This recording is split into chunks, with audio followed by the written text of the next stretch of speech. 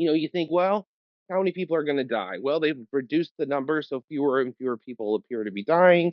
And it's kind of almost like they did it to clear their conscience of the reality that they're going to have to let people die in order to maintain the denial that they didn't do this thing wrong.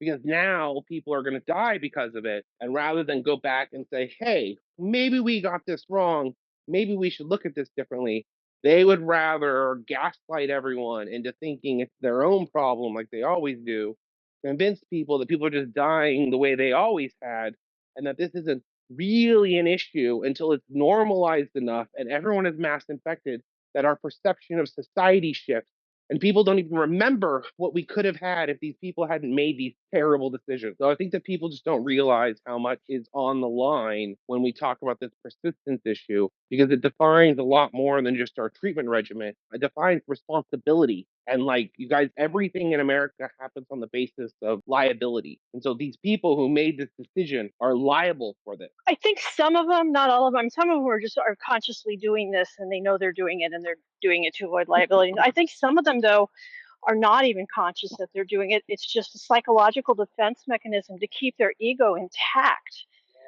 because their image of themselves as a person would be wrecked if they could actually admit, yes, I screwed up and I killed people and I hurt people. I can't stay intact as a person and know that, so I'm not going to know it. And it's not done Right. consciously, it's done subconsciously. Right. They don't even make the decision. That's such an interesting philosophical conversation on whether or not people actually make decisions or not. The whole do you have free will? Is this all? Are you making decisions or are you just kind of like pre programmed to do what you're going to do? I mean, I had to study this in university, and the sort of conclusion I came to, really the debate is it's not do we have free will or do we not? It's do we have any free will or do we have a little bit, Oof. right?